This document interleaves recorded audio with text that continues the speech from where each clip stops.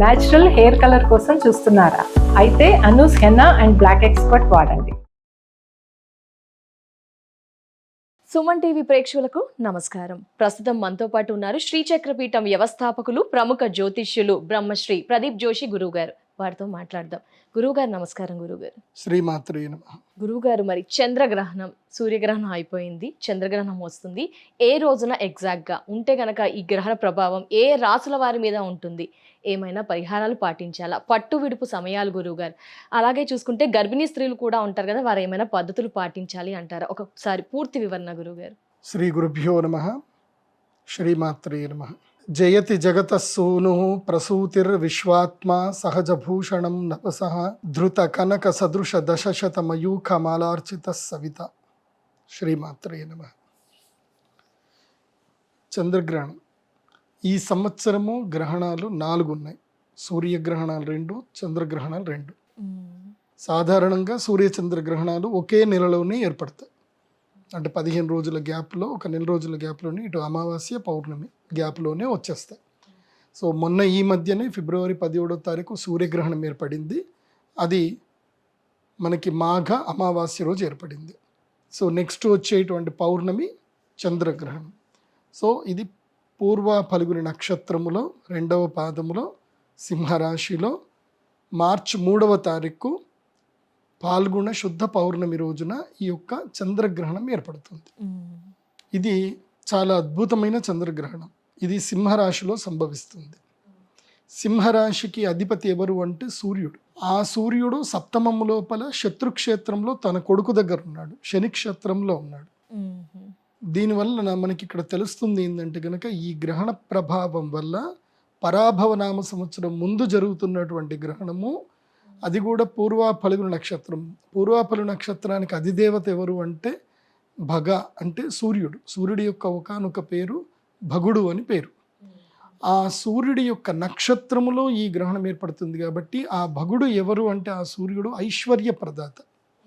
మీరు ఎవరినైనా చూడండి, పూర్వ ఫల్గుని నక్షత్రంలో శుక్ర మహాదశలో ఎవరు పుడతారో వాళ్ళు పుట్టగానే వాళ్ళ ఇంట్లో అదృష్టం వచ్చేస్తుంది, వాళ్ళు లక్ వచ్చేస్తారు. మేము కూడా చెప్తా ఉంటాం, జ్యోతిష్యులను చెప్తా ఉంటాం, పూర్వ ఫల్గుని నక్షత్రంలో శుక్ర మహాదశలో అమ్మాయి పుడితే కళ్ళు మూసుకొని పెళ్లి చేసుకోండి, ఏం ఆలోచించకండి, ఆ అమ్మాయి మీ ఇంట్లోకి వచ్చేస్తే మీకు కనకవర్షం, ఇంకా డౌట్ లేదు అని చెప్పి.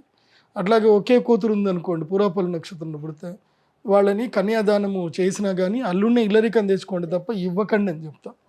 కొడుకుంటే కూతుర్ని కన్యాదానం చేయండి, కొడుకు లేకపోతే మాత్రం అల్లుడిని ఇల్లరికం తెచ్చుకోండి అని చెప్తాం. అంత పవర్ఫుల్ నక్షత్రము పూర్వ ఫల్గుని నక్షత్రం. ఐశ్వర్య నక్షత్రం అంటారు, అది సౌభాగ్య నక్షత్రం. అలాంటి నక్షత్రములో గ్రహణం ఏర్పడుతుంది అని అంటే ఇది ఒక అవకాశంగా ఉంటుంది, కొంతమందికి నష్టము కలిగిస్తుంది. రెండు అంటే ఎవరెవరైతే కనుక బంగారం ఎక్కువ రేట్లో కొనుక్కున్నారో, వెండి ఎక్కువ రేట్లో కొనుక్కున్నారో వాళ్ళు ఒక 6 నెలలు, ఒక 3 నెలలు వెయిట్ చేయాల్సి వస్తుంది మళ్ళీ ఆ ధర రావడానికి. సో ఈ గ్రహణం రాగానే ఏంటంటే స్టాక్ మార్కెట్లు పడిపోవడము, అదేవిధంగా పెద్ద పెద్ద రాజకీయ నాయకులు ఎవరైతే దేశాధ్యక్షులు ఎవరైతే ఉంటారో అస్థిరత్వంగా మాట్లాడడము, వాళ్ళకి మనసుకు నచ్చినట్టుగా ఏది దొరుకుతుంది మాట్లాడడము, దానివల్ల స్టాక్ మార్కెట్లు వాలిటాలిటీకి ఎక్కువ గురి అవ్వడము, డబ్బులు ఆవిరైపోవడము, అసలు ఎక్స్పెక్ట్ చేయని స్టాక్స్ కూడా, ఏదైతే స్టాక్ ఇది పెరుగుతుంది అనుకున్న స్టాక్ కూడా సడన్గా పడిపోవడము, ఇలాంటివన్నీ కూడా దారుణంగా జరుగుతాయి. సో ఆల్రెడీ మనం ఫిబ్రవరి 17వ తారీఖు జరిగే సూర్యగ్రహణంకి 15 రోజుల ముందే మనకేం జరిగింది, జనవరి 30వ తారీఖు స్టాక్ మార్కెట్ భయంకరంగా కుదేలైపోయింది. ఆ రోజు అన్ని మెటల్స్, స్టాక్, బ్యాంక్ నిఫ్టీ, అన్నీ ప్రతి ఒక్కటి, ఇది అని కాదు అన్నీ కొత్త కుదేలాయి. అంటే 2008లో జరిగినటువంటి స్టాక్ మార్కెట్ ఏదైతే కుదేలైందో అది ఇప్పుడు జరిగింది. అట్లాగే భవిష్యత్తులో కూడా ఈ గ్రహణ ప్రభావం చేత కూడా మన భారతదేశంలో కానీ ప్రపంచవ్యాప్తంగా కానీ అన్నిట్లలో కూడా ఆర్థిక సంక్షోభాలు వచ్చేటువంటి అవకాశాలు ఉంటాయి. ఆర్థిక సంక్షోభాలు పక్కా వస్తాయి. దీనివల్ల సామాన్య వ్యక్తులకి ఏం కాదు, బడాబాబులకి కష్టం.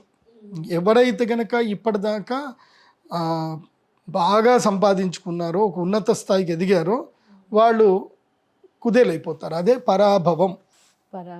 పరాభవం అంటే సామాన్యుడికి ఏం కాదు, ఎవరైతే బాగా సంపాదించుకున్నారో, ఎవరైతే బాగా ఉన్నత స్థాయికి ఎదిగారో, సో ఎవరైతే విజయాలు సాధించారో వాళ్ళకి పరాభవం వచ్చేటువంటి అవకాశం ఉంటుంది.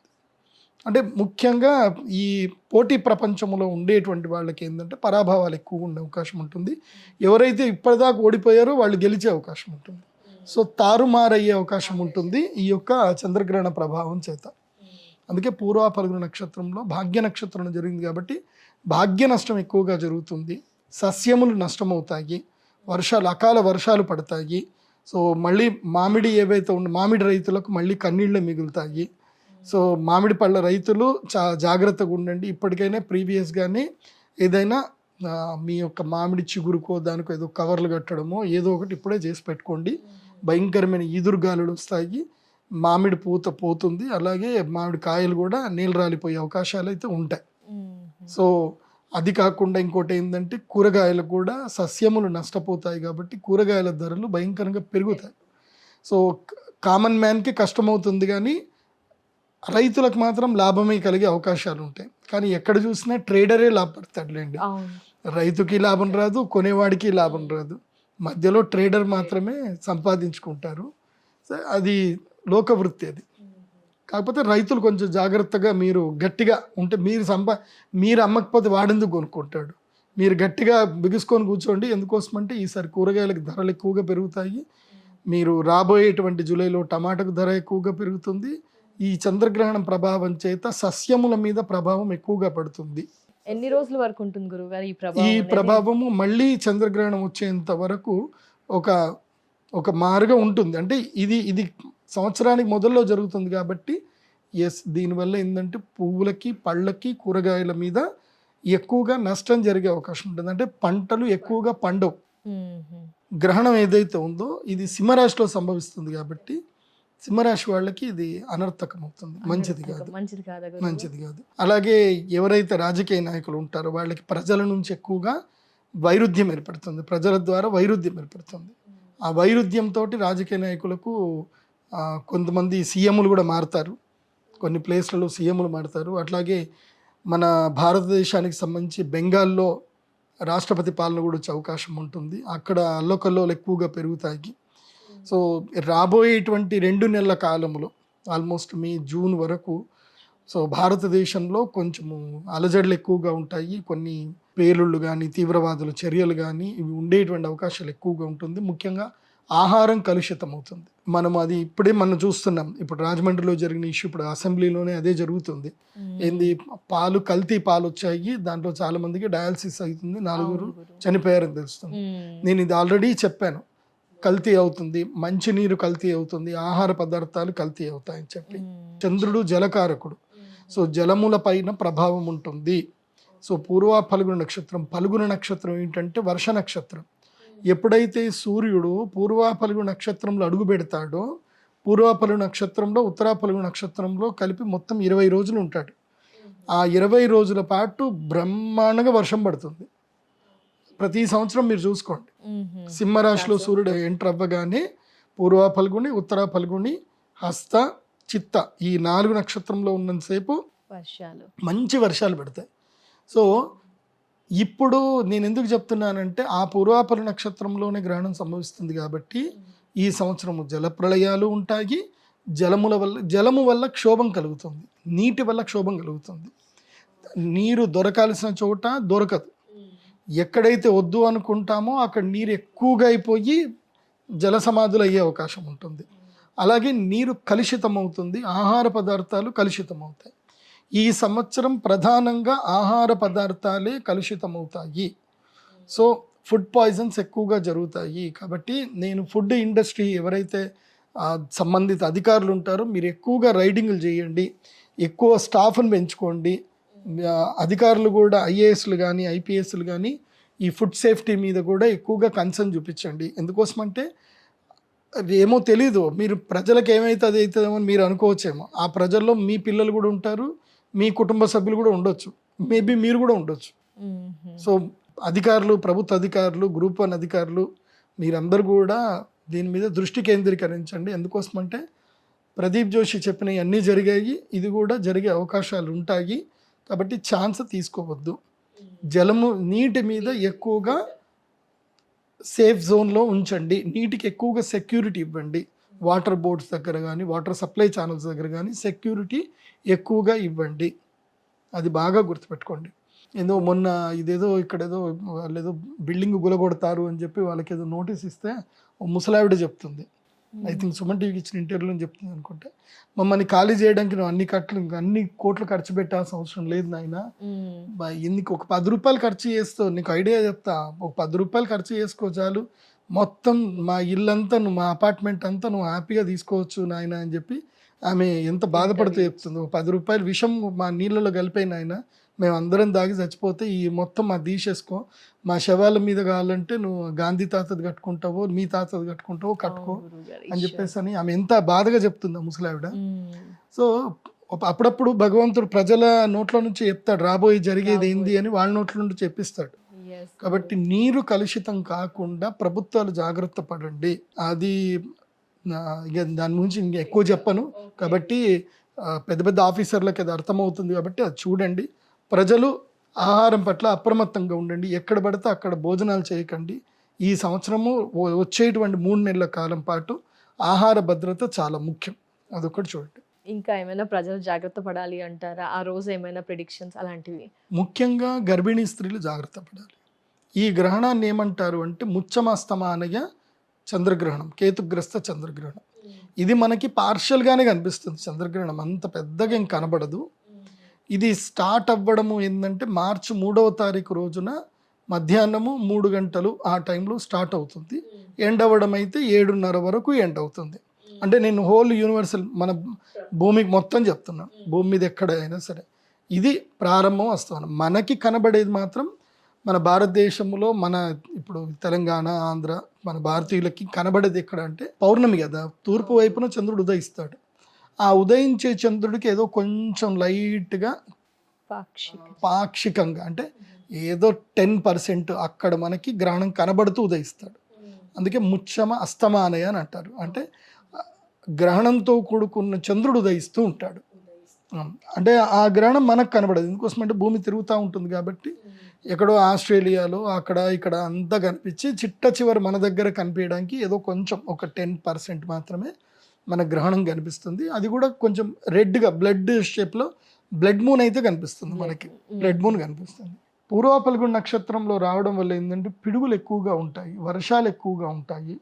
కాకపోతే అది ఎక్కడ పడాలో నీళ్ళు ఎక్కడెక్కడ ఒకే దగ్గర పడతాయి, కుంభవృష్టి అంటే క్లౌడ్ బస్ట్లు ఎక్కువగా జరుగుతాయి ఈ సంవత్సరం కూడా.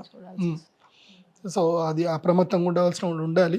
ఏదైనా ప్రకృతిని అయితే మనం ఆపలేం, అది జరుగుతుంది. సింహరాశి కాకుండా ఇంకా మిగతా రాశుల వారిపైన ఏమైనా ప్రభావం ఉంటుందా గురువుగారు? సింహరాశి వాళ్ళు ఏమైనా జాగ్రత్త పడాలి ఇంకా ఎస్పెషల్లీ అంటారా? ఎస్, 12 రాశుల వారికి గ్రహణ ప్రభావం దీంట్లో అయితే కనుక ఈసారి ఎక్కువగా నష్టాలు ఎక్కువగా కనిపిస్తున్నాయి గ్రహణ ప్రభావం వల్ల. నేను గర్భిణీ స్త్రీలకు చెప్పేది ఏంటంటే కనుక గర్భము దాల్చిన స్త్రీలు అంటే 3వ నెల నుంచి ఉన్నటువంటి స్త్రీలు, మిగతా ఇంకా కన్సీవ్ అయ్యామా లేదా అని తెలియనటువంటి వాళ్ళైనా సరే, కొంచెం డౌట్ ఉన్న నెల తప్పినా సరే ఎక్కడికి బయటకు వెళ్ళకండి. ఈ 3వ తారీఖు ఎక్కడికి వెళ్ళకండి, ఇంట్లోనే ఉండండి. ఈ కర్ణ పిశాచిని తీసి దూరం పెట్టండి, దాన్ని ఏమంటారు మొబైల్ని తీసి దూరం పెట్టండి. ఆ ఒక్కరోజు మొబైల్ని కంప్లీట్గా అవాయిడ్ చేయండి. ఏ రేడియేషన్స్ మీ దగ్గరికి రాకుండా చూసుకోండి. ప్రధానంగా ఏంటంటే మంచి పుస్తకాలు దగ్గర పెట్టుకోండి, మంచి పుస్తకాలు చదవండి. సో ప్రశాంతంగా భగవద్ధ్యానం చేసుకోండి. గర్భిణీ స్త్రీలు అయితే కనుక మీరు 2 గంటల వరకు భోజనం చేయొచ్చు, దాంట్లో మీకు ఇబ్బంది లేదు. మామూలు భోజనాలు చేయండి. ఆ రోజు పాలు పెరుగు అవాయిడ్ చేయండి, అందరికీ చెప్తాను, పాలు పెరుగు అవాయిడ్ చేయండి. మామూలు భోజనాలు ఏమైనా ఉంటే 2 గంటల వరకు భోజనం చేయండి. 2 నుంచి 8 గంటల వరకు భోజనం చేయకండి, ఏమి తినకండి. ఏదైనా మంచినీళ్ళు తాగేది ఉంటే కనుక రాగి చెంబులో నీళ్లు పెట్టుకోండి, అందులోపలకు తులసి దళం వేసుకోండి, అవే మంచినీళ్ళు చక్కగా తాగండి. దానివల్ల ఏ దోషం కూడా రాదు.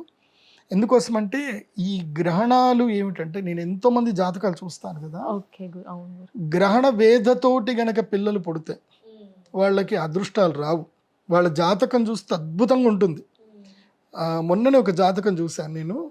ఆ జాతకంలో వాడు కరెక్ట్గా గ్రహణం రోజే పుట్టాడు, 1982 అనుకుంటాను.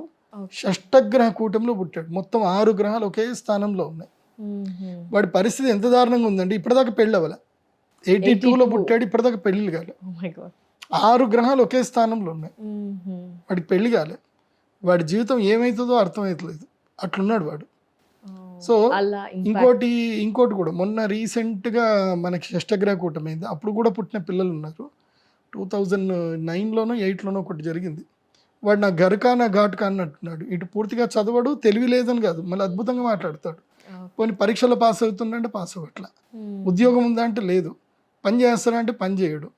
వాడు అటు కాదు ఇటు కాదు అన్నట్టు తయారైపోతున్నాడు. సో కొంతమంది ఉంటారు ఈ గ్రహణ ప్రభావం కనుక పడితే, గ్రహణ ప్రభావం అంటే ఇప్పుడు ఉదాహరణకి గర్భిణీ స్త్రీలు ఉన్నారు, వీళ్ళు గర్భధారణలో ఉన్నారు. ఇప్పుడు 3వ నెల నుంచి తీసుకొని 9వ నెల మధ్యలో ఎవరైనా ఈ గర్భధారణలో ఉన్నారనుకోండి, వాళ్ళకి తప్పకుండా గ్రహణ వేద పడుతుంది. గ్రహణ వేద పడుతుంది. సో ఈ పిల్లలు పుట్టిన తర్వాత అయినా సరే వాళ్ళ పిల్లలకి 6 సంవత్సరాలు, పిల్లలు పుట్టగానే జాతకం చెప్పించుకొని ఫస్ట్ బాలారిష్ట దోష నివారణ చేయించుకోవాలి. మళ్ళీ 6 ఏళ్ల తర్వాత వాళ్ళకి మళ్ళీ ఎప్పుడెప్పుడు ఈ గ్రహణ వేద ప్రభావం చేత వాళ్ళ జీవితంలో ఏమైనా నష్టాలు జరుగుతాయని తెలుసుకొని మళ్ళీ ఆయా టైంలో కూడా పరిహారాలు చేయించుకోవాలి. చేయించుకోలేదనుకోండి ఆ గ్రహణ వేద కంటిన్యూ అవుతుంది. మనకి తెలియదు కానీ ఈ మీరు ఉదాహరణకు చూడండి, గ్రహణ సమయానికి మీరు మామూలుగా నేచర్ దగ్గరికి వెళ్ళండి, సముద్రం దగ్గరికి వెళ్ళండి, ఎక్కడికైనా వెళ్ళండి, నేచర్ ప్రశాంతంగా ఉంటుంది. గ్రహణం జరిగేటప్పుడు గాలి కూడా ఎక్కువగా వీచదు, చాలా కామ్గా ఉంటుంది. మొన్న మేము సూర్యగ్రహణం యాగం చేసినప్పుడు చూడాలి, ఒక పక్షి ఎగురుతున్నది కనిపించట్లేదు, మొత్తం నేచర్ అంతా ప్రశాంతంగా ఉంది 17వ తారీఖు. సో అట్లుంటుంది నేచరు. ప్రళయం వచ్చే ముందు ప్రశాంతంగా ఉంటుంది అన్నట్టు అట్లా ఉంటుందన్నమాట నేచర్. అందుకే నేను చెప్పేది ఏంటంటే మీ అందరు కూడా ఈ గ్రహణం ఏర్పడేటప్పుడు మేము ఒక పరిహారం చేస్తాం, చంద్ర అమృత సిద్ధి తంత్రం అని ఒక పరిహారం చేస్తాం. గ్రహణ వేద ఉన్నటువంటి వాళ్ళు గ్రహణ సమయంలోనే పరిహారం చేసుకుంటేనే వాళ్ళకి ఆ గ్రహణ వేద తొలుగుతుంది. ఎందుకోసం అంటే గ్రహణ వేద ఉంది అంటే అర్థం ఏంది, వాళ్ళ మీద రాహుగ్రహ ప్రభావము కేతుగ్రహ ప్రభావం ఉంది అని అర్థం. ఈ గ్రహణం సమయములో రాహుగ్రహాలకు కేతుగ్రహానికి ప్రీతిగా తర్పణం గనక వదిలి వాళ్ళకి గనక దానాలు చేసి చక్కగా హవిస్సు గనక చేస్తే గనక ఆ గ్రహణ వేద తగ్గుతుంది. దాన్నే అరిష్ట నివారణ తంత్రము అంటారు. సో అరిష్ట నివారణ తంత్రము జరగాలి, అమృత సిద్ధి కూడా కలగాలి, రెండూ జరగాలి. ఆ రెండు జరగాలంటే గ్రహణం సమయంలో హవిస్సు నివేదన చేయాలి, పూజ ఉంటుంది, ఆ పూజలో అటెండ్ అవ్వాలి, అమ్మవారి ప్రసాదం ఉంటుంది, తేనె ప్రసాదం తీసుకోవాలి. ఇంకోటి కూడా తెలుసా, మొన్న మిరాకిల్ జరిగాయి నా ఆశ్రమంలోనే. నేనే నమ్మట్లే అసలు, నేను నమ్మను మిరాకిల్ జరుగుతాయి, నేను నమ్మను, కానీ నాకే ఆశ్చర్యం అనిపిస్తుంది మంచి మిరాకిల్ జరుగుతాయి. అంటే కొంతమంది మూగ పిల్లలు, కొంతమంది మాటలు సరిగా రాని పిల్లలకు మాటలు వచ్చేసాయి.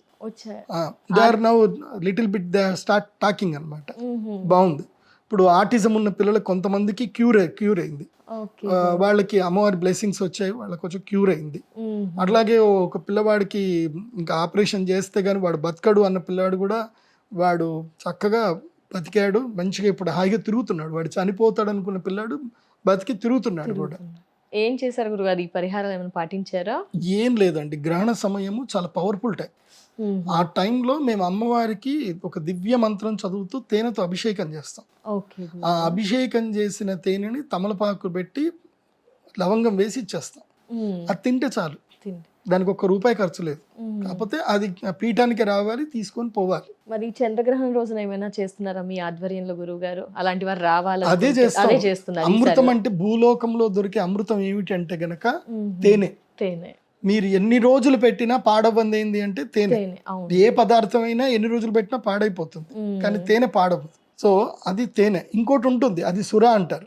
పాడవంది ఏంటంటే సుర అంటే అర్థం ఏంది, మద్యం మీరు ఎన్ని సంవత్సరాలు ఉంచితే దాంట్లో కిక్ అంత పెరుగుతుంది అని, అది సుర. ఇది అక్కడి నుంచే వచ్చింది, ఇది కూడా అక్కడి నుంచే వచ్చింది. ఏంటిది, మనకి ఈ యొక్క క్షీరసాగర మదనం జరిగినప్పుడు పుట్టిన దాంట్లలో కూడా అప్పుడు కూడా పుట్టిందే భ్రమరం. భ్రమరం అంటే ఏంటి, తేనెటీగ. మీరు ఒక్కసారి ఊహించుకోండి, ప్రపంచంలో తేనెటీగ లేదు అంటే మనం ఎవరు ఉండవు, మనకు తిండి దొరకదు. బికాస్ పరాపరాగ సంపర్కం జరగలేదు.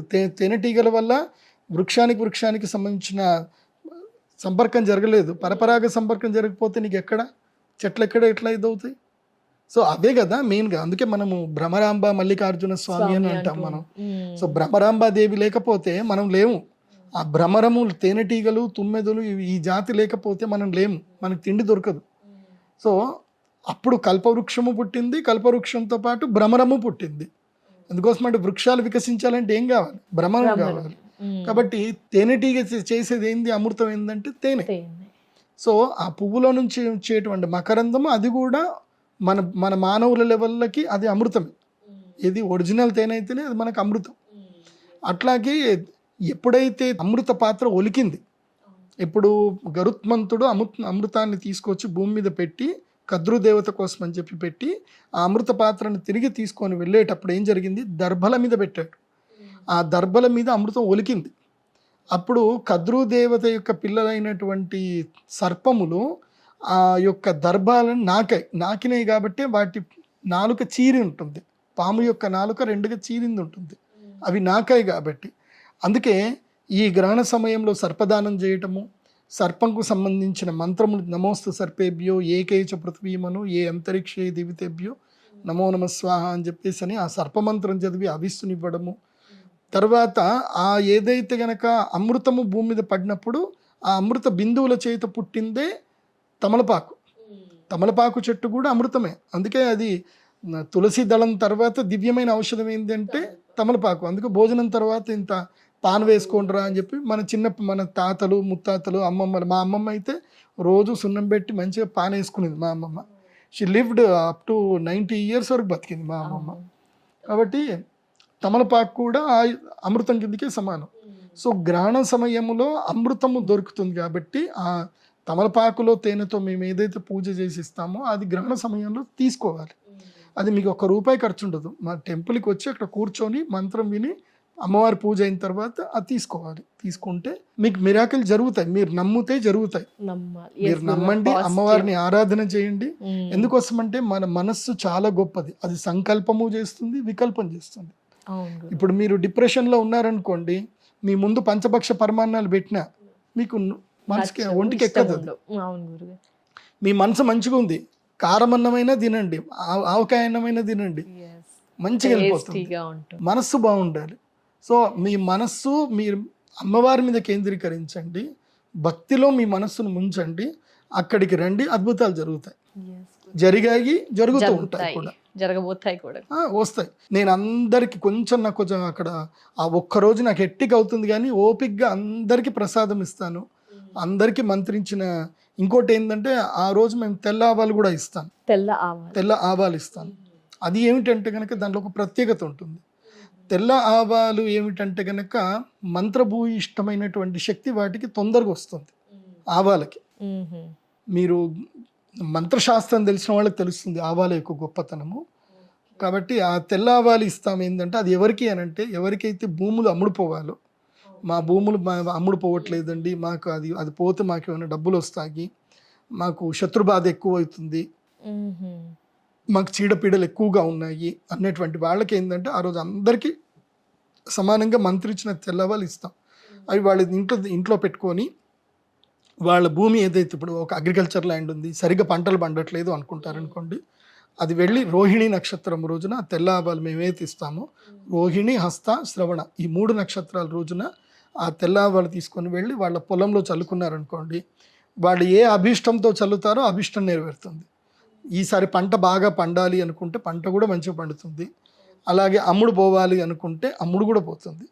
అదే పొలంలో లిటిగేషన్లో ఉన్నాయి, ఇబ్బందుల్లో ఉన్నాయి, కోర్టు కేసులు ఇబ్బందులు ఉన్నాయి, అదే తెల్ల ఆవాలు తీసుకొని వెళ్ళి ఏం చేయాలంటే ఆరుద్ర నక్షత్రం రోజున ఆ తెల్ల ఆవాలు చల్లాలి.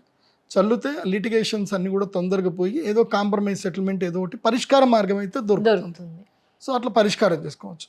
లేదు డబ్బులు ఎక్కువగా దొంగతనాలు చేశారు, మా డబ్బులు తీసుకున్నారు, అప్పులు తీసుకున్నారు, మేము తిరిగి ఇవ్వమన్నా తిరిగి ఇవ్వట్లే, మేము ప్రామిసరీ నోట్ రాయించుకోలేదు, ఏం ఒక నోటి మాట కొద్దికి ఇచ్చాము, అవసరం అని ఇచ్చాము, వాళ్ళు మాకు తిరిగి ఇవ్వట్లే, ఇలాంటివి కొన్ని ఉంటాయి బాధలు.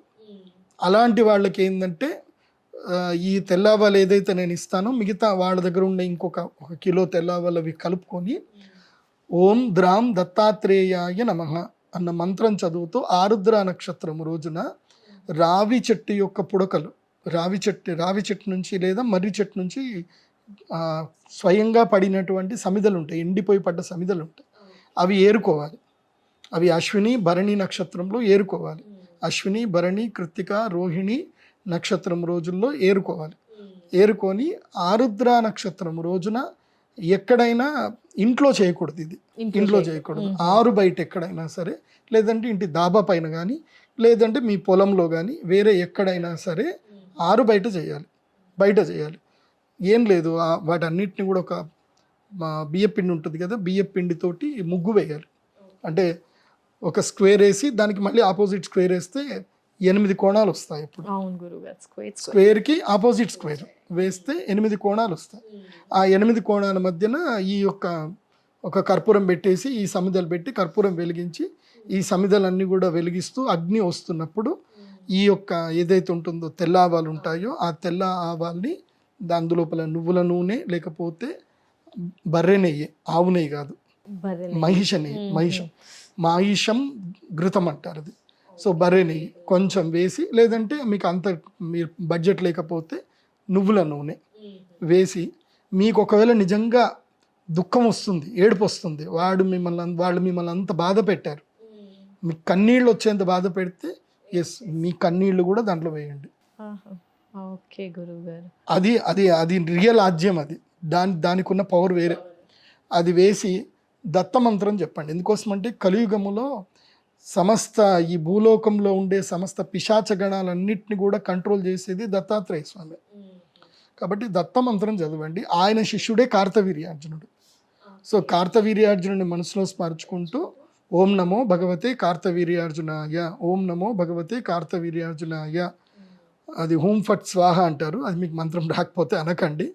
ఓం నమో భగవతే కార్తవీర్యార్జునాయ హూం ఫట్ స్వాహ అనుకుంటూ 108 సార్లు ఈ యొక్క తెల్లాదాలు వేయాలి. మళ్ళీ ఇంకో 108 సార్లు ఓం ద్రాం దత్తాత్రేయాయ నమస్వాహ అనుకుంటూ 108 సార్లు వేయండి. ఆ తర్వాత చూడండి, మీ పని మీకు అవుతుంది. దీంట్లో ₹1 ఖర్చు లేదు, ఏ పంతులకి ఏం పిలవాల్సిన అవసరం లేదు, మీకు మీరే చేసుకోవచ్చు. కాకపోతే ఆ హోమం చేసేటప్పుడు స్క్వాట్ కూర్చోవాలి. స్క్వాట్ కూర్చోవాలి అంటే నీ 2 అరికాళ్ళు మాత్రమే భూమికి అంటాలి. నీ పృష్ఠము ఏది నీ భూమికి అంటకూడదు. స్క్వాట్ కూర్చొని చెయ్యాలి. అది చేయగలిగితే చేయండి, లేకపోతే కూర్చొని చేసుకోవచ్చు. అంటే మేము తంత్రశాస్త్రజ్ఞం కాబట్టి మేము ఎలా చేస్తాము అనేది మాకు తెలుసు. మేము అంటే అందరూ చేయడం కష్టమేమో గురువు గారు. చెయ్యాలి, అది సిద్ధం ఉండాలి అది. సో అలా చేస్తే తొందరగా ఫలితం లభిస్తుంది. లేదన్నా కూర్చొనైనా చెయ్యండి. కాకపోతే కింద భూమికి నేలకి మీ పృష్ఠం ఆనకూడదు. ఏదన్నా ఆకు లేకపోతే ఏదన్నా క్లాత్ కానీ ఏదైనా వేసుకొని కూర్చోండి. దర్భచాపలు వేసుకొని కూర్చున్నా మంచిదే, వేసుకొని కూర్చొని చేసుకోండి. ఇది గ్రహణ సమయంలో గురువు దగ్గర నుంచి తీసుకోవాలి ప్రసాదంగా. తీసుకొని చేసుకుంటే గనక తప్పకుండా ప్రయోజనం జరుగుతుంది.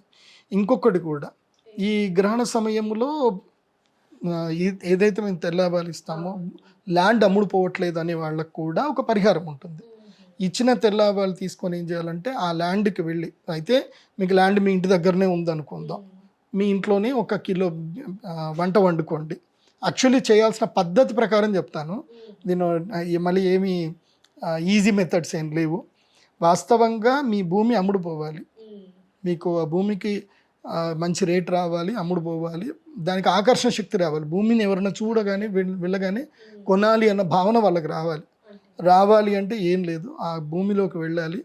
ఏదైతే కనుక హస్తా నక్షత్రం రోజున, హస్తా నక్షత్రం గొప్ప నక్షత్రం, ఆ నక్షత్రం రోజున భూమి దగ్గరికి వెళ్ళి కర్రలు పెట్టి ఒక గిన్నె తీసుకొని వెళ్ళాలి. ఇంటి నుంచి వెళ్ళేటప్పుడే అందులోపల 1 కిలో బియ్యం మంచిగా చక్కగా కడిగి, బియ్యం ఉడుకుతున్నప్పుడు ఇంత పసుపు, అందులోపల ఇంత బెల్లం, తర్వాత నెయ్యి, ఆవు నెయ్యి కానీ బర్రె నెయ్యి కానీ ఏదైనా సరే మంచి నెయ్యి వేసి దాన్ని చక్కగా బెల్లం అన్నంలాగా తయారు చేయాలి. తయారు చేసి అరిటాకు దొరికితే అరిటాకు, లేకపోతే విస్తారాకు దొరికితే విస్తారాకు, ఏమైనా అరిటాకు అయితే మంచిది. ఒక పెద్ద అరిటాకు తీసుకొని అరిటాకు నిండా ఆ అన్నం పరిచేయాలి. అన్నం పరిచేసి దాని చుట్టూ తెల్లావాలు వేయాలి. దాని చుట్టూ తెల్లావాలు వేసి కొబ్బరికాయ కొట్టి దండం పెట్టి ప్రకృతి దేవతకి దండం పెట్టుకోవాలి. ఆ భూమాతకి భూదేవతకి దండం పెట్టుకోవాలి.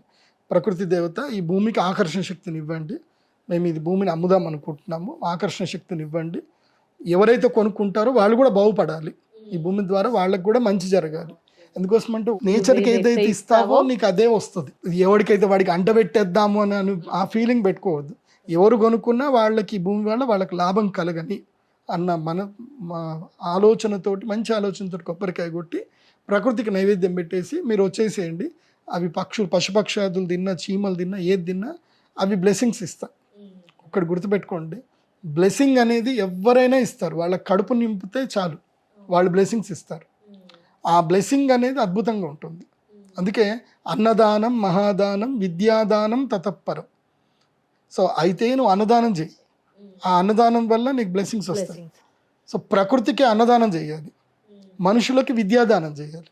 మనుషులకి విద్యాదానం, వాటికి నువ్వు విద్య ఏం నేర్పిస్తావు? వాటి నుంచి నువ్వు నేర్చుకోవాలి. మనం పిట్టల నుంచి మనం ఇల్లు ఎట్లా కట్టుకోవాలో మనం నేర్చుకోవాలి. కాబట్టి ప్రకృతి నుంచి మనం నేర్చుకోవాలి, ప్రకృతికి అన్నం పెట్టాలి. ప్రకృతి సొంతంగా చేసుకోలేనిది ఆహారమే.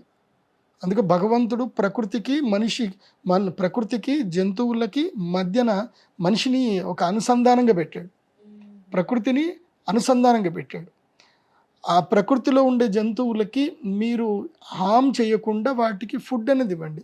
ఎందుకోసమంటే అవన్నీ కూడా తిరియగమనములు, అవి ఆహారం కోసమే తిరుగుతాయి, వాటికి వేరే ఏ ఆశ ఉండదు. ఒక్క మనిషికి తప్ప ఈ భూప్రపంచంలో ఒక్క మనిషికే డిఫరెంట్ ఆ కోరికలు ఇక ఉంటాయన్నమాట. అవి లెక్కలేనని ఉంటాయి అన్నమాట, ఎన్ని నేను చెప్పలేను. కానీ వాటికి ఉండే కోరిక ఒక్కటే, ఆహారము, పునరుత్పత్తి, తర్వాత తమ సంతానాన్ని కాపాడుకోవడం. అంతే, తమ జాతిని కాపాడుకోవాలి, మంచి ఆహారం తినాలి, తమ జాతిని వృద్ధి చేసుకోవాలి. ఈ మూడు ఆలోచనలు వాటికి, ఇంకా ఏ ఆలోచన వాటికి ఉండదు. కాబట్టి ఆ ప్రకృతికి మనం హితం చేయాలి, హితం చేయడం వల్ల అన్నీ మంచి జరుగుతాయి. చాలా చాలా ధన్యవాదాలు గురువు గారు. చంద్రగ్రహణం గురించి పూర్తి వివరణ, ఏ రాసుల వారి మీద ఎలాంటి ప్రభావం, పరిహారాలు అన్నీ కూడా వివరించినందుకు చాలా ధన్యవాదాలు గురుగారు. నమస్కారం. శ్రీమంతుడు.